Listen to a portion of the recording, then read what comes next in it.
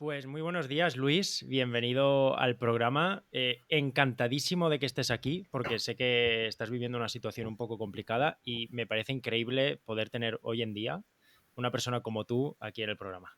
No, no, agradecido a ti por estar pendiente del tema de Venezuela y por la invitación a este espacio y bueno, intentar aclarar la mayor cantidad de dudas posible. Claro. Como te decía, me encanta que estés aquí porque estamos tratando un tema muy reciente, creo que muy importante, no solo para Venezuela, sino también para todo el mundo. Creo que también puede servir de reflejo incluso para otros países que puedan estar pasando algunos momentos complicados. Y hoy vamos a hablar de Venezuela, no solo de las elecciones actuales, que es el tema más candente, ¿no? Que está pasando, sino un poco también su historia que ha llevado a Venezuela a este punto. Pero la primera pregunta que quería hacerte y que le hacemos a todos los invitados al programa, ¿quién es Luis Peche Arteaga? Bueno, yo estoy aquí en Caracas, Venezuela, soy consultor político, me gradué como licenciado en estudios internacionales aquí en la Universidad Central de Venezuela, luego tengo un máster allá en España en consultoría política en la Universidad Camilo José Cela en Madrid. Bueno, la verdad es que toda mi vida he estado abocado, me ha gustado mucho los temas públicos y bueno, complicado panorama para ejercerlos, pero la verdad es que sí, me he dedicado a trabajar en temas vinculados a política aquí en Venezuela. Bueno, para mí como venezolano obviamente es un honor a apoyar en la poca o mucha medida en la que se pueda y a la vez pues una responsabilidad que uno siente que es hasta generacional, ¿no? Así que bueno, eso es un poco lo que me dedico en este momento. Ese soy yo. Claro, me gustaría preguntarte, tú que has estudiado política, estudiando en Venezuela esos estudios, ¿hay en algún momento en el que estén algo sesgados o es totalmente imparcial?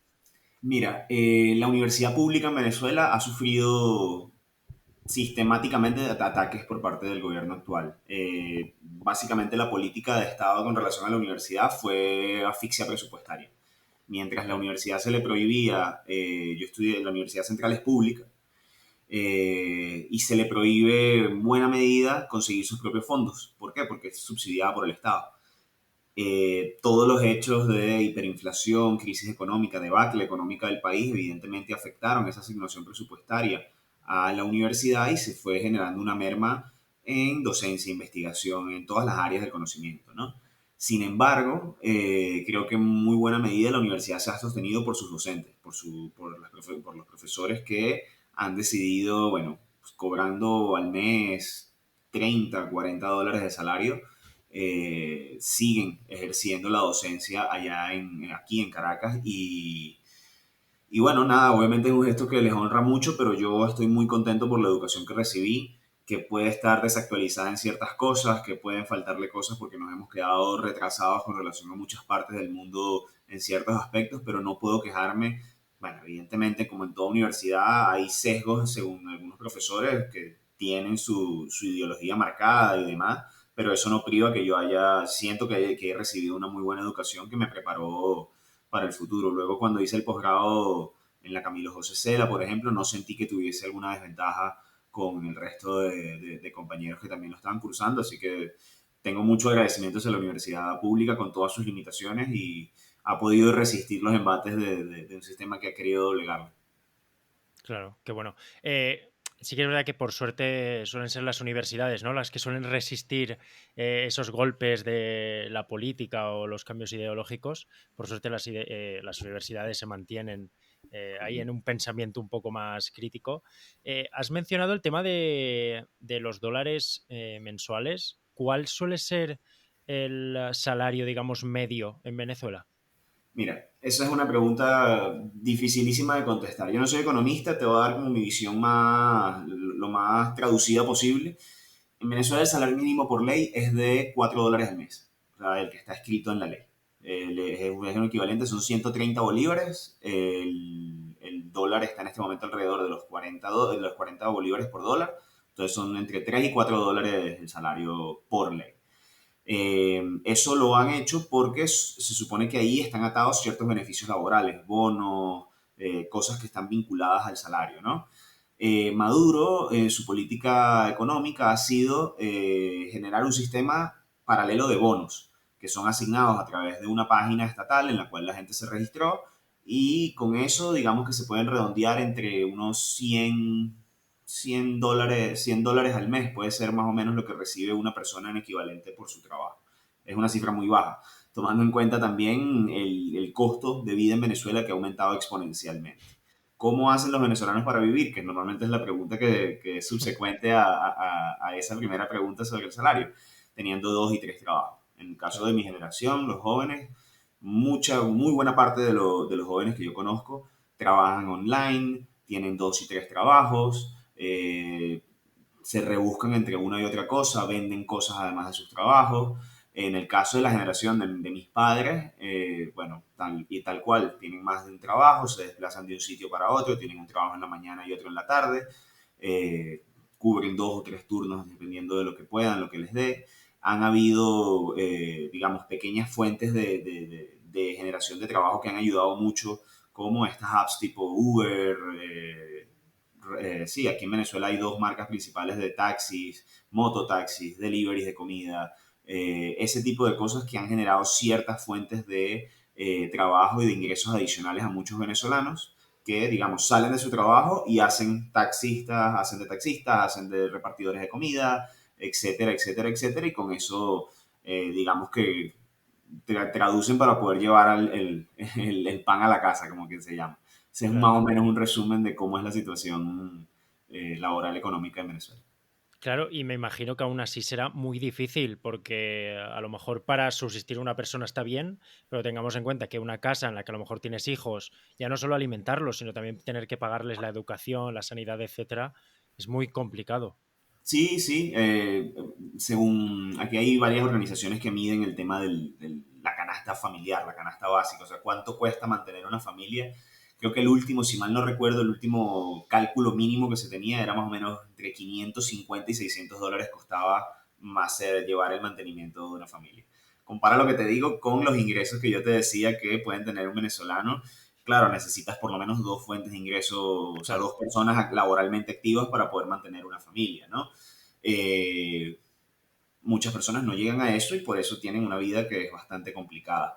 Te recomiendo a ti y a tu audiencia, hay una medición anual que hace una de las principales universidades del país, que es la Universidad Católica Andrés Bello, que es la ENCOVI, Encuesta de Condiciones de Vida. En ese estudio anualmente se van midiendo, digamos, cómo evolucionan los principales percepciones de problemas de las personas, cómo es su relación con el trabajo, cómo es su relación con el tema de ingresos, cómo es su relación con el tema de migración. Es un estudio muy interesante que te ayuda a dar perspectivas de cómo están evolucionando los problemas en Venezuela. Hicieron el seguimiento durante nuestros peores años de la crisis, lo siguen haciendo en este momento y bueno, una de las principales conclusiones para dejar una breboca por acá es que los problemas de Venezuela en cuanto a términos económicos ya no es de escasez o de hiperinflación. El problema ahora es en términos de el costo de la vida. Puedes conseguir las cosas en un supermercado, pero ¿cómo las pagas? ¿Cómo llegas a claro. ese dinero para poder costeártelo? Entonces, bueno, los problemas han cambiado y el venezolano ha tenido que adaptarse por las malas, ha sido lo principal, dependiendo mucho menos del Estado y bueno, dependiendo más de su trabajo, de una forma bastante forzosa, bastante fuerte, pero muchos han sobrevivido de esa forma. Claro. Cuando tú estudiaste el máster en la Universidad de Madrid, ¿lo estudiaste aquí en Madrid o fue online? Fue la época de la pandemia. Ahí la universidad ofreció una modalidad mixta, que era estudiar la mayor parte del máster online y luego una experiencia presencial allá que fue alrededor de un mes. Eh, yo llevo trabajando, yo tengo 29 años, yo llevo desde los 19 años trabajando y tenía como muy fija esa meta de que cuando terminara mi carrera universitaria ese máster me llamaba mucho la atención y bueno, ahorré comúnmente y bueno, luego de varios años trabajando lo pude costearlo con una beca del 70% y demás, pude hacerlo. Pero sí, o sea, fue una experiencia que pude hacer aprovechando esa época de pandemia que habilitaron esa opción para hacerlo mitad remoto, mitad presencial, pude aprovecharla. Sí. ¿Y no te planteaste el hecho de estudiar el máster en Madrid como una buena oportunidad, a lo mejor para venir también a España? Yo con mi grupo de amigos tuve esta discusión en los primeros años. Bueno, aquí ha habido varias oleadas de migración, ¿no? La principal creería yo que fue la de 2017-2018. Claro, Allí, por ponerte un ejemplo, mi grupo de amigos de la universidad éramos 6 personas y 5 se fueron del país, quedé yo sola aquí en el país. En ese momento era muy frecuente para muchos de mis amigos preguntarme: ¿y cuándo te vas tú? ¿Por qué no te has ido? ¿Qué haces ahí? Termina de irte. La verdad es que yo siempre he estado muy mentalizado y quizás soy un poco terco en ese sentido, pero siempre me he querido quedar en Venezuela. Yo no me veo haciendo vida en otro país, me encanta, o sea, soy muy fanático del Real Madrid, soy fanático de Madrid como ciudad, me encanta Madrid, o sea, yo digo en algún momento voy a pasar 3 meses de mi vida, 6 meses de mi vida ahí en Madrid cuando las condiciones de vida me lo permitan, pero no me veo viviendo en otra ciudad que no sea Caracas, salvo que, bueno, las condiciones no me permitan físicamente poder seguir acá. Siempre he sido así, se lo tuve que dejar claro a mis amigos en ese momento porque sentí en algún momento que ya era una presión que se hacía incómoda claro. de, bueno, mira, yo tomé la decisión consciente de quedarme en Venezuela con los riesgos que eso implica, con todos los, digamos, los contras que eso tiene. Yo veo que hay varios pros de estar aquí, yo veo un plan de vida aquí en Venezuela y, bueno, ellos supieron respetarlo, pero siempre fue un tema, claro, porque cuando te pones a pensar en 8 millones de migrantes, pues evidentemente hay muchísimos conocidos en esa lista, Claro. conocidos, familiares, etcétera. Así que es una discusión que está en el día a día de los venezolanos. Claro, es que te lo pregunto porque tengo mucha gente conocida aquí en Madrid que son de Venezuela y muchos me cuentan, bueno, yo vine aquí a estudiar, estoy trabajando, etcétera, y me gustaría en algún momento pues traerme a mis hermanos, traerme a mi madre, traerme a mis abuelos. Y, y claro, veo que es como una mentalidad bastante, parece que común, ¿no? El hecho de que alguien, pues joven, que a lo mejor tiene más mentalidad de salir hacia el extranjero, etcétera, y poder traer a la familia, ya no solo a lo mejor a España, sino a Europa en general. Sí, sí, sí, eso es un debate que es muy común, ¿no? O sea, la separación de la familia venezolana ha sido dramática. Y aprovecho de conectarte eso con la campaña electoral aquí en Venezuela. Una de las cosas con las que más logró conectar la oposición venezolana en esta campaña, en este ciclo, sobre todo María Corina Machado, que es quien ha liderado este proceso de campaña, es con ese mensaje de la reunión familiar, de volver, de traer a los hijos de vuelta, de traer a la familia de regreso para encontrarse. Es un mensaje muy poderoso porque toca al final cuando, como es así, como lo que te digo, si son 8 millones de migrantes, prácticamente no hay venezolano que no se haya visto afectado por un dilema Claro. migratorio. Entonces, eso es un drama en tiempo real, tener que ver, para un padre, tener que ver el crecimiento de hijos o nietos pues a través de una cámara web. Para, bueno, hermanos, pues separarse y es tener que estar a una llamada de distancia. Para una persona que se enferma en el exterior, pues no tener a tu núcleo familiar, bueno, puede que te hayas establecido vida, familia, esposa, esposo, hijos, lo que sea allá en Claro, el extranjero, pero no tener esas raíces también para apoyarte en una situación difícil. claro, Es un drama muy complicado que tiene muchas aristas. Hay migración, por lo menos la migración que ha llegado a Europa tiene un perfil distinto a la que está ahorita mismo desperdigada en Latinoamérica, los que tienen que caminar hacia el norte o hacia el sur buscando algún destino. Yo hace pocos meses estuve en Bogotá y yo pensaba que esa situación se había aplacado mucho porque la verdad es que bajó en las noticias, pero me tocó ver compatriotas caminando al borde de la carretera. Bueno, un viaje que deben haber sido más de 20 días caminando, desde Venezuela hasta Bogotá. claro, Googlea la distancia, la cantidad de pasos que tienes que dar para llegar hasta allá y todo lo que tienes que transitar en claro. cuanto a inseguridad, en cuanto a condiciones atmosféricas, en cuanto a recursos a gastar. Es una decisión que te pone a pensar, bueno, ¿bajo qué condiciones está viviendo esta persona en Venezuela para tener que tomar una decisión tan Claro, arriesgada, ¿no? claro. Pues Luis, voy a empezar a ya preguntarte por el tema que yo creo que toda la gente está deseando saber. Voy a preguntarte de forma muy general, ¿qué está ocurriendo ahora mismo en Venezuela? Bueno, mira, se está cumpliendo una semana desde el acto de votación aquí en Venezuela. Nada, bueno, evidentemente lo que sucedió a la vista del mundo fue una jornada que transcurrió en paz ese domingo. El acto de votación fue una jornada bastante cívica con muy pocos hechos que lamentar. Eh, Creo que hubo un trabajo previo de casi o de más de un año por parte de actores nacionales y de la comunidad internacional por construir que esa fecha del 28 de julio fuese una especie de reinicio del juego político en Venezuela en el marco del respeto a las instituciones y el respeto a la paz, ¿no? que esa fecha pudiese dirimir, mira, hay un ganador, hay un perdedor, se respetan los resultados y avanzamos, ¿no? Lo que ha sucedido desde ahí es un hecho lamentable y que corresponde únicamente a la falta de respuesta de las instituciones a las demandas ciudadanas. A esta hora, aquí mientras hablamos, yo no puedo ingresar, ni tú puedes ingresar a la página web del ente electoral para revisar los resultados electorales. Y eso es una pena porque, bueno, hace perder todo tipo de confianza hacia quien fue el árbitro electoral, ¿no? Quita toda la Eh, credibilidad por del supuesto, asunto. por supuesto. Digamos, el acuerdo básico es que si tú difundes una serie de resultados, lo que ha pasado oficialmente es que ha habido la lectura de dos papeles que dicen una serie de resultados. Pero esos números no han podido ser contrastados con una página web en la que uno puede acceder, como pasa en cualquier proceso electoral, que yo termino, bueno, si terminaron las elecciones en España, yo me meto y bueno, mira, ganó, no sé, el PP se llevó a Andalucía y bueno, los separatistas catalanes tuvieron tal cantidad de votos en Cataluña, mira qué interesante el resultado en Madrid, etcétera, etcétera, etcétera. Aquí no ha habido posibilidad de ver por parte de los organismos oficiales ese desglose de resultados.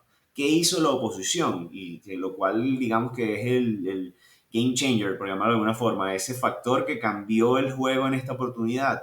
Construyó una red muy robusta de testigos electorales y esos testigos electorales subieron y alcanzaron a subir el 80% de las actas electorales de ese día. Para explicarte también rápido para acá, para tu audiencia, cuando termine el acto de votación en Venezuela, este sistema es automatizado y te genera una copia de los resultados que se queda el presidente del centro de mesa y otro se lo queda cada testigo de cada partido político que estaba en la elección.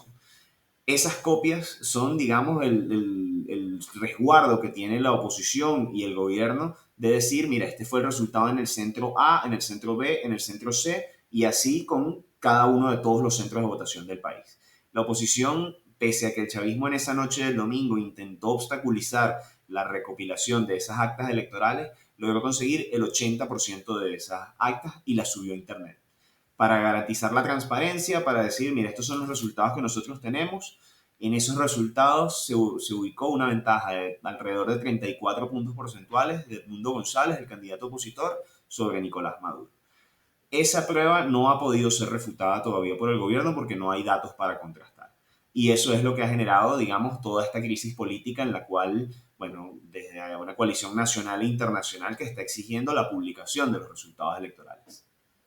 Claro, porque según el gobierno actual, ellos han dicho unos resultados totalmente al contrario de lo que se supone que esas actas están mostrando. Me resulta curioso porque además Maduro como que se pone como ejemplo el sistema de votación de Venezuela porque es electrónico y es uno de los más avanzados, pero a la vez puede ser uno de los más corruptos también. Sí, o sea, la verdad es que no hay excusas en este punto y cuando le preguntas a cualquier experto electoral te va a decir lo mismo. No hay ninguna razón para que esos resultados no hayan sido subidos. ¿Por qué? Porque la autoridad electoral de Venezuela alegó que hubo un hackeo a su sistema de votación. Sin embargo, lo que aclaran los expertos electorales es que este sistema de votación no funcionaba en Internet. Funcionaba a través de líneas telefónicas, a través de la empresa telefónica del Estado, a través de esa red que está aislada del Internet nacional, se transmite ese tipo de votaciones y no conforme con eso, ya el CNE cuenta con estos papeles en físico, las actas electorales, Claro. que también pudieron haberlas puesta a disposición, por lo menos de las autoridades internacionales, para facilitar la observación. Ninguna de las dos cosas ha pasado y eso contribuye a la crisis política y alimenta las sospechas sobre qué fue lo que realmente pasó en la noche del 28 de julio. Entonces, eso genera obviamente una crisis de desconfianza muy grande hacia las instituciones venezolanas y bueno, en este momento no se ha podido salir de la crisis básicamente porque no ha habido una respuesta sensata por parte de quienes hoy tienen el gobierno y el poder. Claro. Em, ¿Cómo es la situación ahora mismo? Es decir, la oposición está exigiendo que salgan las actas a la luz, mientras que el gobierno actual lo único que hace es echar balones fuera. Mira, la situación actual es de tensa calma, la verdad, y este es un tema delicado de tratar. Voy a intentar explicarlo de la forma más suave posible. Digamos que en Venezuela desde el lunes el chavismo pasó a la ofensiva, decidió huir hacia adelante y emprendió una respuesta sistemática contra la oposición, contra dirigentes de oposición y contra las personas que protestaban. Las protestas que se generaron en principio en Venezuela fueron autoconvocadas, no fueron convocadas por ningún líder político, no hubo nadie que les dijera salgan a la calle todos, fue la gente molesta por lo sucedido en la noche del domingo y la falta de transparencia de estos resultados, decidió salir. Y bueno, es una situación que ha venido descontrolándose o que, digamos, en un momento escaló porque había muchas regiones del país que estaban protestando a la vez. La respuesta del chavismo fue básicamente reprimir sistemáticamente. Para el momento en el que estamos hablando se calculan más de 1.200 detenciones. Las organizaciones de defensa de derechos humanos, abogados, etcétera, han logrado contabilizar 978, fue el último reporte que alcancé a ver. Entonces, ni siquiera las organizaciones defensoras de derechos humanos han logrado ir a la velocidad de la represión evocada por el chavismo en estas horas. Entonces, claro, tanta represión, tanta persecución, lo que ha hecho es que bajen, digamos, las voces desde dentro de Venezuela. Y bueno, en este momento obviamente es una situación en la cual hay mucho miedo a protestar. Sin embargo, ayer fue convocada una concentración por parte de María Corina Machado en diversas zonas del país. Afortunadamente se llevó en paz, hubo una buena convocatoria y eso te habla de que sigue habiendo muchísima gente dispuesta a protestar pacíficamente por el cumplimiento de sus derechos, que no es más que esa publicación de los resultados electorales. Claro. ¿Es cierto los vídeos que han llegado a Europa en los que el apoyo a la oposición en los meetings era increíblemente grande cuando en el gobierno actual no había casi apoyo? Cuando, bueno, básicamente esta ha sido una campaña que ha movido muchísimas emociones. María Corina Machado ha sido la vocera de esta campaña, te lo dije hace unos instantes, a ella no se le permitió participar y su primera sustituta tampoco fue permitida participar. Eh, Esto es gracioso de contar, pero no hay motivo, no hubo ningún motivo explícito por el cual María Corina había escogido a una sustituta, una profesora de 80 años, catedrática, completamente fuera del foco público, miembro de la Academia de Letras de Venezuela. Aparentemente el motivo era que también se llamaba Corina, Corina Llori. Entonces, Corina estaba asociado con el nombre, el chavismo dijo no la vamos a permitir. En un gesto, por cierto, bastante machista, no hubo ninguna candidatura mujer, un tema bien complicado ahí en tema de género. Sí permitieron la postulación de una tercera persona que la oposición originalmente había postulado como guardanombre, una persona que tú pones para guardar el nombre de la candidatura mientras hay un lapso de sustituciones y la oposición se decidía y el chavismo permitía decidir un candidato. Claro. Como pasó todos los filtros y fue permitido inscribirse de forma legal, la oposición el último día dijo, mira, ¿saben qué? Él es nuestro candidato y ya está. Edmundo González Urrutia era una persona que hace 4 meses no era conocido para prácticamente ningún venezolano. Un diplomático de carrera, una persona que no tiene un asidero, digamos, público a la luz de la gente. Sin embargo, bueno, junto a María Corina Machado, que es la líder de todo este proceso, ella, digamos, comenzó a recorrer todo el país con pendones del candidato. Es una persona de 74 años del mundo. Él logró hacer algunas giras, pero entendamos que hay limitaciones en cuanto a su edad, su movilidad, el ritmo de vida que llevaba ese señor que estaba completamente retirado de la vida académica, pública, etcétera. Le estaba abocado ya a su familia y bueno, tuvo que dar este cambio, este salto en su vida y en este momento, bueno, para algunos países ya es presidente electo de Venezuela, o sea que es un cambio bastante fuerte, ¿no? Sin embargo, justo con lo que me preguntabas, María Corina Machado decidió recorrer todo el país y pese a que tuvo muy buenas convocatorias en las grandes ciudades, yo me voy a quedar siempre con las imágenes de los pequeños pueblos a los que fue. María Corina recorrió localidades muy pequeñas de los extremos del país, de zonas recónditas, y eran impresionantes las imágenes de calles abarrotadas, prácticamente todo el pueblo lanzado a la calle para recibirla. Y son imágenes que obviamente movieron mucho porque te hablan de un país que ha sufrido mucho pero que sigue dispuesto a Claro. movilizarse. Los resultados electorales, hoy revisaba el conteo que hizo el diario El País, que sacó varias gráficas de las actas publicadas por la oposición mostrando los resultados, te habla de que en esta oportunidad hubo una correlación entre el voto de los bastiones opositores más fuertes históricamente con localidades muy rurales, pueblos de Venezuela en los cuales Edmundo González alcanzó 80, 85, 90% de los votos, que te habla de, bueno, de verdad un tema generalizado de deseo de cambio. Y bueno, eso se vio en las calles y se vio también en el voto del pasado domingo.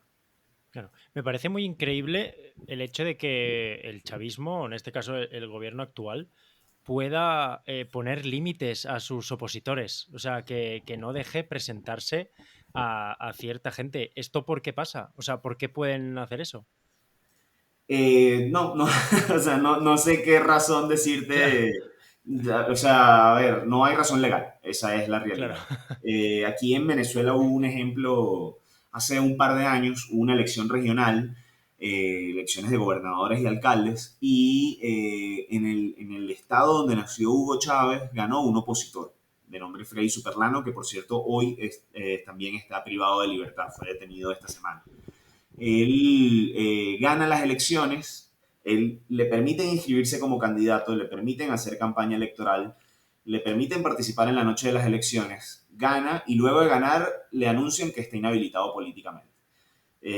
Lo cual no tiene ningún tipo de sentido porque si no, no te hubiesen permitido hacer ninguna de las pasos anteriores. Claro. No conforme con ello, lo que hizo la autoridad judicial de Venezuela fue convocar una repetición de elecciones ya que el que había ganado no podía ejercer. No le permitieron postularse a su esposa. Su esposa nunca ha ejercido un cargo público y no le permitieron postularse tampoco. No le permitieron postularse a 4 sustitutos. Fue el quinto sustituto el que pudo postularse. Aún así, con eso la oposición decidió, bueno, vamos con el quinto y ganó por 20 puntos esa elección. Ya en este punto creo que los venezolanos no están pendientes de, digamos, mira, tiene que ser esta persona porque si no, no voto, etcétera, sino que es un tema de intentar sortear los obstáculos puestos por un gobierno que hace las cosas de forma injusta e intentar avanzar lo más posible en cada escenario. En este caso, bueno, hubo veto a innumerables cantidades de figuras opositoras. Se intentó buscar más de 10 nombres de personas que pudiesen ser por consenso. El chavismo no los permitió por canales extraoficiales, nunca por canales oficiales. Y fue con Edmundo González que dijeron, bueno, ya él está inscrito, se deja. A día de hoy, a mí me sorprende honestamente que hayan dejado correr a Edmundo González Ya. hasta el día de la elección, porque salvo que ellos viesen otros números que no eran los que mostraban la mayoría de las encuestas, todas las encuestas daban el mundo ganador por una amplia ventaja. Pero bueno, fue así y cometieron hicieron ese cálculo y a partir de ahí pues les ha tocado lidiar con las consecuencias de este tema, que es una inestabilidad muy grande. Claro.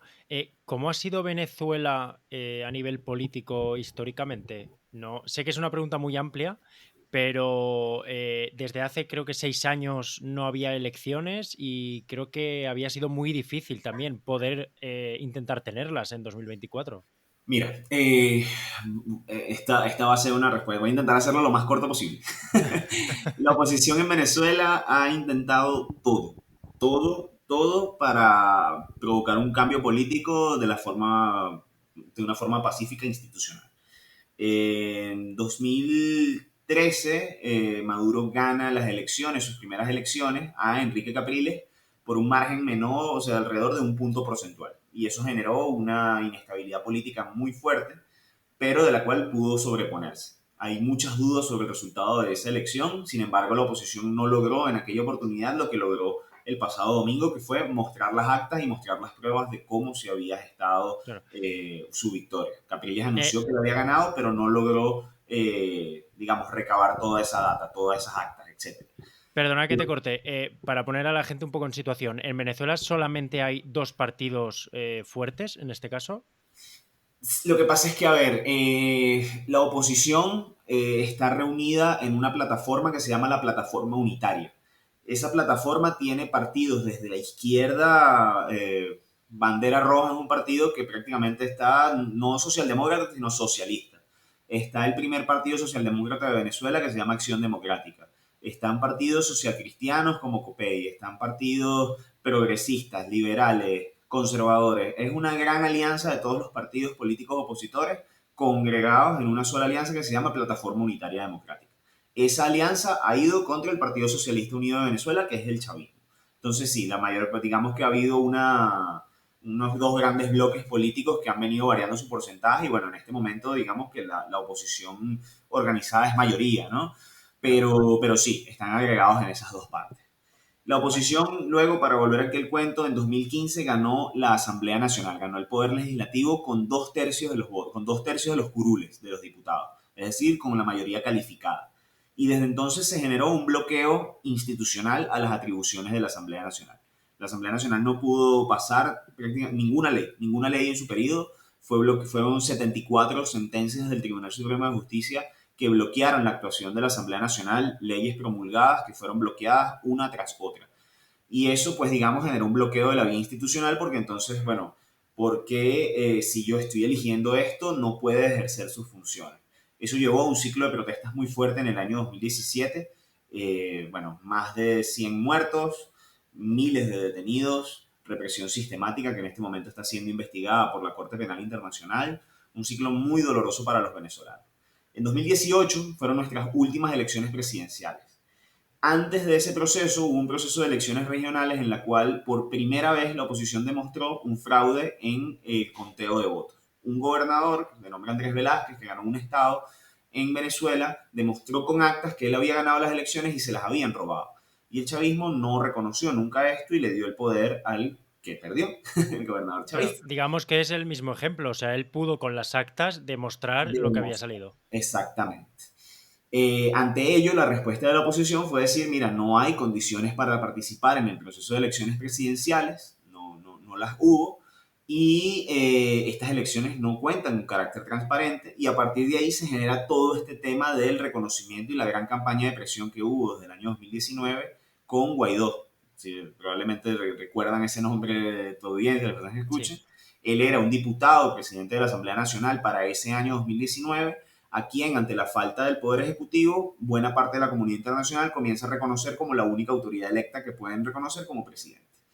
Ese plan fracasó porque no hubo, digamos, una posibilidad de generar una transición a partir de ese reconocimiento y la oposición decide reorganizarse alrededor de la idea del voto de la forma que te comentaba anteriormente. Entendemos que hay condiciones injustas, pero debemos participar para intentar generar la mayor ventaja posible y, de ser posible, pues cobrar la victoria.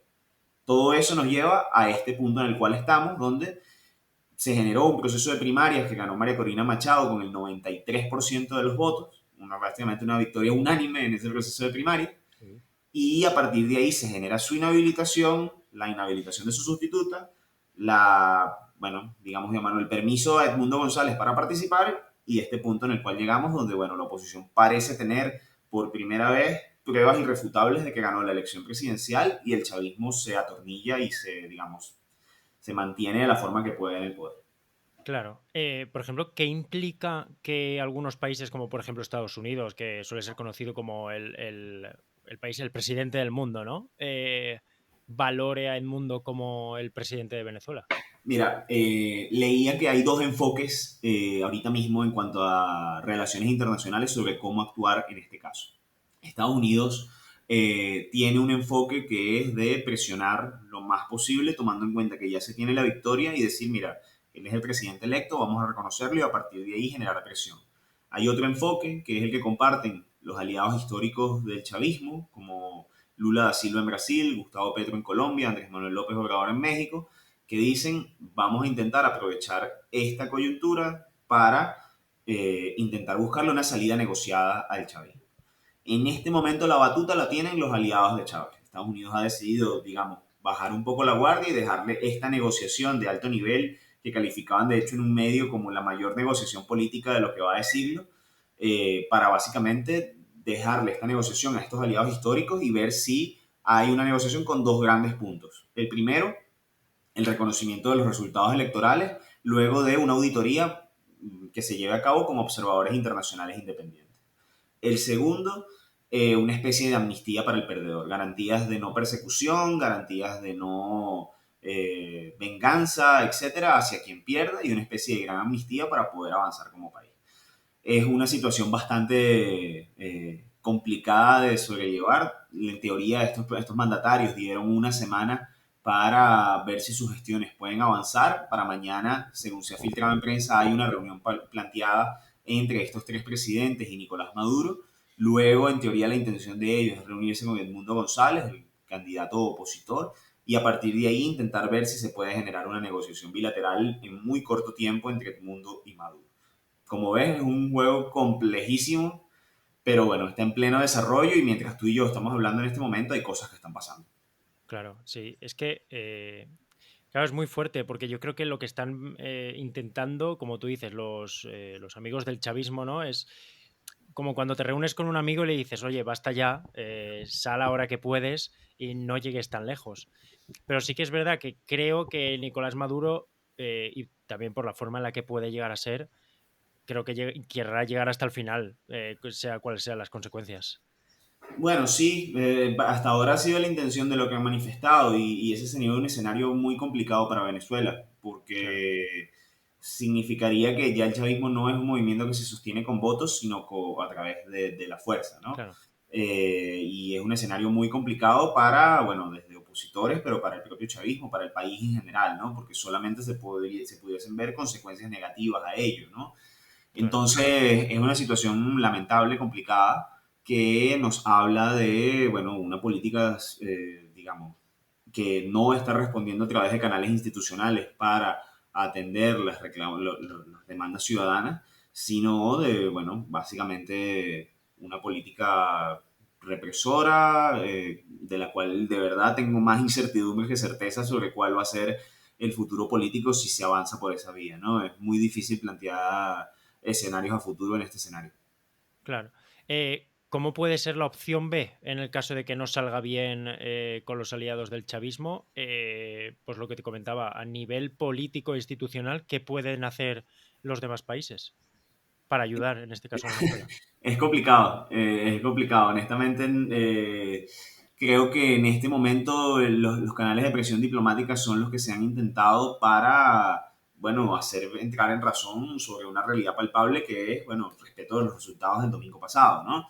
Sin embargo, si el chavismo decide cerrarse, la verdad es que hay pocos escenarios que se me vienen a la mente más allá de un nuevo recrudecimiento de presión internacional hacia el gobierno. Sin embargo, hasta qué punto llegará, la verdad, para a mí me parece complicado de preverlo, tomando en cuenta que hay guerras en desarrollo en varios puntos del mundo. Está Ucrania, está Palestina, hay elecciones en Estados Unidos. Somos un problema de muchos que hay en el entorno internacional y la verdad es que es difícil para mí pensar como que, bueno, hasta qué punto es capaz de llegar la comunidad internacional en términos de solidaridad con lo sucedido aquí en Venezuela.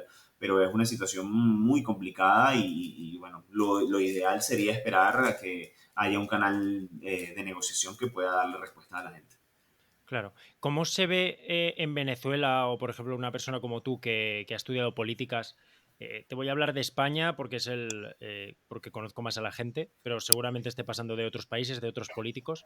Que haya políticos de primera línea en España que lo primero que hayan hecho, tal cual se acabaron las elecciones, fue defender los resultados, decir que había que tener respeto por la victoria de Maduro, que el movimiento, digamos, de extrema derecha es el que está moviendo que haya, digamos, que no se crean esas elecciones. ¿Cómo sienta en un país que está ahora mismo luchando por su libertad?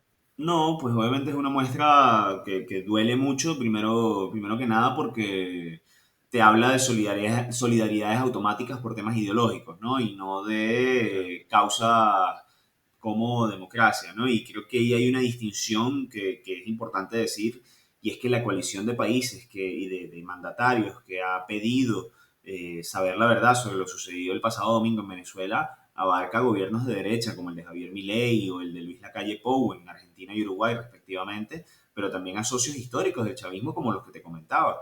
Gustavo Petro es socio histórico del chavismo de toda la vida. Luis Ignacio Lula da Silva es socio histórico del chavismo desde hace décadas. López Obrador, el chavismo acompañó sus campañas electorales en México. Gabriel Boric, que es presidente de Chile, es un presidente socialista. Entonces no es una cuestión digamos, de ideología o de derecha contra izquierda. Es un tema de entender, bueno, el respeto a la voluntad popular, el respeto al voto de los ciudadanos. Si no hay respeto hacia eso, pues no hay acuerdos mínimos como sociedad en una democracia.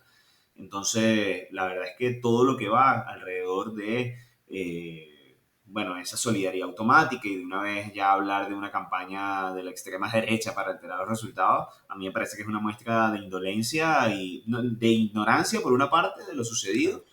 o son dos opciones, ¿no? O es ignorancia o es mala intención. Eh, en muchos casos pareciera que es lo segundo, ¿no? claro. Por intereses, por alianzas ya preconcebidas, porque no hay ninguna capacidad de voltear a ver quizás la otra perspectiva del mundo, pero termina siendo algo que indigna mucho, por supuesto. Claro. ¿Cómo se vivió las elecciones en Venezuela? Mira, yo tengo como testimonio compartidos con muchos conocidos y amigos que me decían, a mí por lo menos me dieron ganas de llorar cuando voté, o sea, porque yo no pensaba que iba a llegar ese día con Edmundo González como candidato. Entonces, el momento en el que yo pude darle a la máquina, presionar votar y votar por Edmundo González, para mí fue un nudo en la garganta muy fuerte porque decía, wow, llegamos acá, parece que esto se va a solucionar institucionalmente y que va a haber un cambio pacífico, ¿no? Luego, con el pasar de las horas en la noche que comienzan a llegar las informaciones, mira, parece que el chavismo no va a reconocer, hay resultados que indican que ganamos, se ganó con una buena ventaja, pero el chavismo no parece por la labor de reconocer, probablemente fue un cambio muy abrupto de ánimo y mucha preocupación, ¿no? Desde entonces yo creo que le comentaba hoy con unos amigos que yo siento que estos 7 días son como 2 meses, o sea, yo estoy extenuado, cansado mentalmente, cansado físicamente, porque han sido jornadas muy duras, con muchas noticias negativas. Recién mientras estábamos grabando acá, leía una noticia de otra persona que fue retenido su pasaporte mientras se disponía a salir del país y se desconoce su paradero. Entonces, noticias de desapariciones, de detenciones, de una escalada contra personas normales, que se no, o sea, es evidente que no están haciendo, no andan en ningún plan conspirativo o algo por el estilo, que están siendo también detenidas arbitrariamente y obviamente eso afecta, mina la moral, genera mucha preocupación y bueno, han sido una semana larga. Si es que se veían muchos vídeos de, pues lo que tú dices, gente llorando, muy emocionada, fiestas por la calle, por el simple hecho de que podían votar. Que claro, lo que te comentaba un poco fuera de cámaras, aquí en Europa, la mentalidad occidental nos cuesta creer un poco eso, ¿no? Que de hecho lo que está pasando justamente en España es que la gente está más desanimada que nunca y la gente va menos a votar que nunca. Cuando hay otros países que lo que están deseando es ir a votar para ver si puede cambiar la situación. Yo hace un tiempo hablaba, justamente en el marco de este máster que te comentaba hace un rato, hablaba con algunos compañeros y al final una lección que puede ser fastidiosa de decir como venezolano es que la democracia se cuida desde adentro. O sea, a veces la democracia puede ser el propio vehículo para destruirse a sí misma. En Venezuela la democracia fue el vehículo a través del cual se fueron destruyendo instituciones por la abstención opositora, por la decisión de, bueno, que quienes tenían el poder fueron socavando poco a poco esos controles institucionales y esos pesos y contrapesos que hay entre cada poder, entre cada rama de los poderes públicos. Y bueno, nos llevó a este lugar en el cual no hay confianza hacia las instituciones por su propio proceder. El domingo pasado la autoridad electoral tuvo una oportunidad de oro para ayudar a construir una nueva relación entre los ciudadanos y sus instituciones. Y la desperdiciaron, porque no hay en este momento ningún tipo de fe de que lo dicho por la autoridad electoral esté sustentado en pruebas.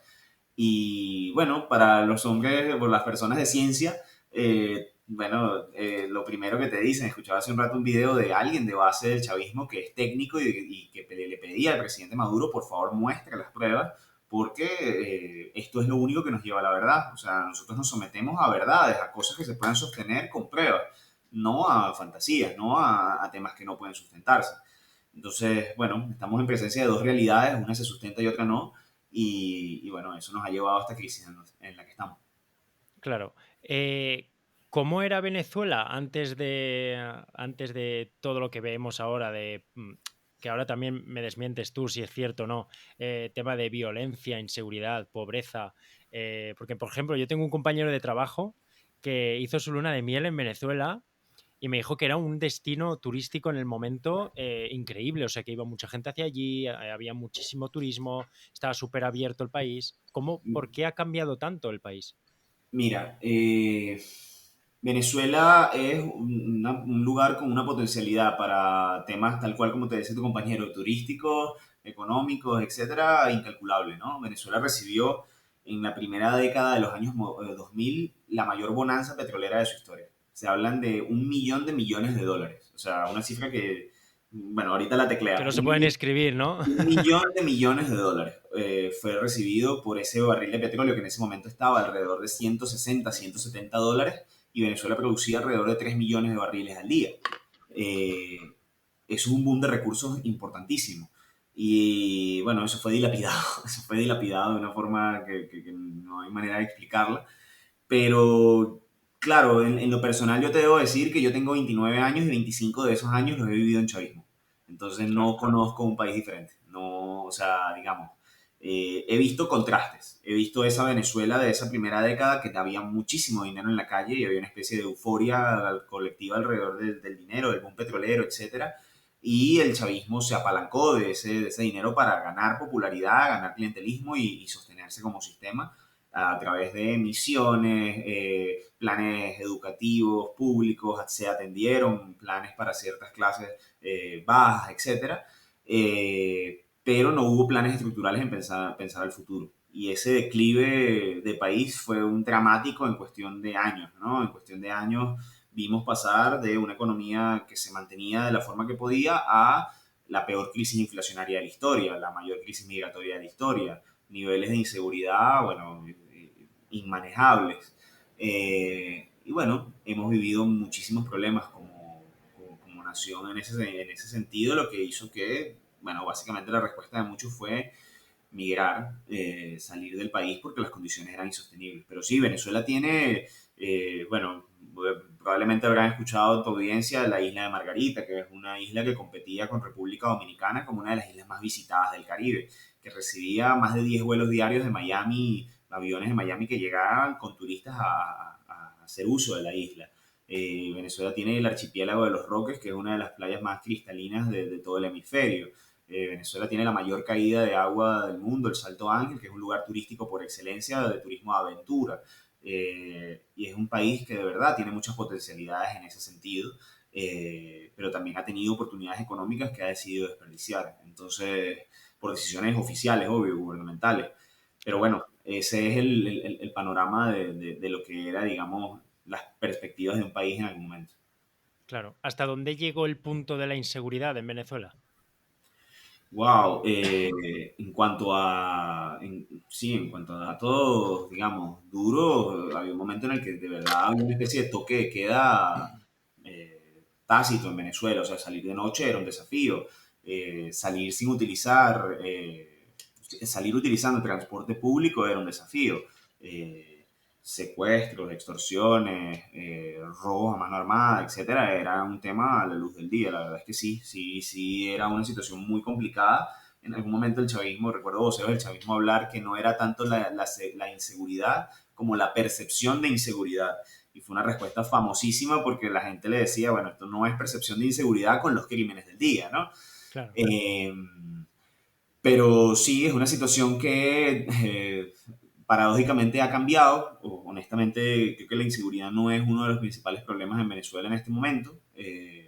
Básicamente porque la crisis generalizada dice que, bueno, básicamente la mayoría del país es pobre. Entonces, ¿qué vas a robarle a alguien claro, que no tiene mayor cosa que dar? Y muchas de esas personas, claro, esto también es un estigma y no representa la mayoría de lo que sucedió. Es más bien un personaje marginal, pero uno de los problemas que tiene la región en este momento es que el crimen organizado migró. Eh, para tu audiencia, puede investigar sobre el Tren de Aragua, una de las mayores megabandas que tiene el hemisferio, es nacida en Venezuela y en este momento tiene presencia en creo que 5 o 6 países de la región en temas de extorsión, secuestro, robos y demás. Entonces es una situación bastante delicada. claro. No, es que sigo viendo como una imagen, claro, el gobierno acorralando al máximo al país, encerrándose al máximo. Ahora mismo está todo el mundo mirando a Venezuela. Y sinceramente creo que es el momento ahora o nunca. O sea, creo que es la oportunidad de Venezuela de salir adelante, de tener ese cambio. Y la verdad que ojalá, cruzo dedos, que los próximos días se pueda aclarar algo. Pero como te digo, yo creo que es ahora o nunca la situación para Venezuela. Para muchos venezolanos se siente así como una oportunidad. Esto es un punto de no retorno para bien o para mal. Yo comparto esa visión en el sentido de que esta era una oportunidad inmejorable, como te lo he dicho a lo largo de la entrevista, para resolver institucionalmente este problema. Y esa falta de respuesta por parte de las autoridades ha hecho que estemos ante un punto en el cual la verdad es que no hay, o sea, si no hay un canal de negociación que llegue a un buen término, completa incertidumbre sobre lo que viene, ¿no? Claro. Y ahí es muy preocupante pensar en las posibilidades. No me gustaría andar en ellas porque, bueno, evidentemente entenderá tu audiencia cuáles son las implicaciones de que alguien se quede por la fuerza sin respetar la voluntad popular, pero, pero no son positivos los escenarios. No es nada positivo en caso de que esto se consolide. Confío y espero y anhelo que esa negociación y esos canales activados y esas oportunidades de que haya una transición pacífica, sin persecución, etcétera, puedan llegar a buen puerto. Claro. Pues Luis, no quiero quitarte mucho más tiempo porque sé que también es un esfuerzo estos días poder contactar con España, poder hablar sobre este tema tan abiertamente. Yo te lo agradezco muchísimo. Estoy encantadísimo de que hayas estado aquí, te lo he dicho al principio del programa y te lo vuelvo a decir porque se me ha pasado volando. Y me ha encantado hablar contigo porque como te decía fuera de cámaras, las noticias que llegan aquí a España también suelen estar un poco sesgadas, suelen llegar información que a veces no es 100% correcta pues escucharlo de ti y de alguien que vive ahí es pues para mí todo un placer y también te agradezco que seas tan valiente, ¿no? Que des la cara y puedas hablar sobre el tema que dice también mucho de alguien que quiere seguir adelante en su país. Sí, no, bueno, yo te agradezco la oportunidad, primero el interés por mostrar lo que pasa acá. Son horas muy difíciles, han sido días de muchísima incertidumbre, de muchísimo, sí, temor, complicaciones de pensar en lo que viene, pero a la vez hay una realidad que genera mucha ilusión y es que hubo un mensaje bastante claro el domingo pasado y es una realidad que, como te digo, basada en hechos, basada en votos, basada en números que no se puede ocultar tan fácil como se hubiese querido, como ellos hubiesen querido. Así que a partir de ahí se abre una ventana de oportunidad que espero sea aprovechada por quienes tienen la oportunidad de tomar las decisiones. Así que te agradezco nuevamente por abrirme las puertas acá y bueno, espero haber respondido algunas dudas con relación al tema de Venezuela. Sí, sí, por supuesto. Pues Liz, te mando un abrazo enorme. Espero que tengáis la mayor de las suertes. Y estos días seguiré preguntándote para ver qué tal va todo y también asegurarme de que va bien, que yo Claro. estoy seguro de que, como te decía, es ahora o nunca y yo creo que va a ser un buen año para Venezuela. Esperemos que Mi, sí. mi WhatsApp está a la orden, así que cualquier cosa me escribes y por ahí conversamos. Un millón de gracias, Luis. Cuídate mucho.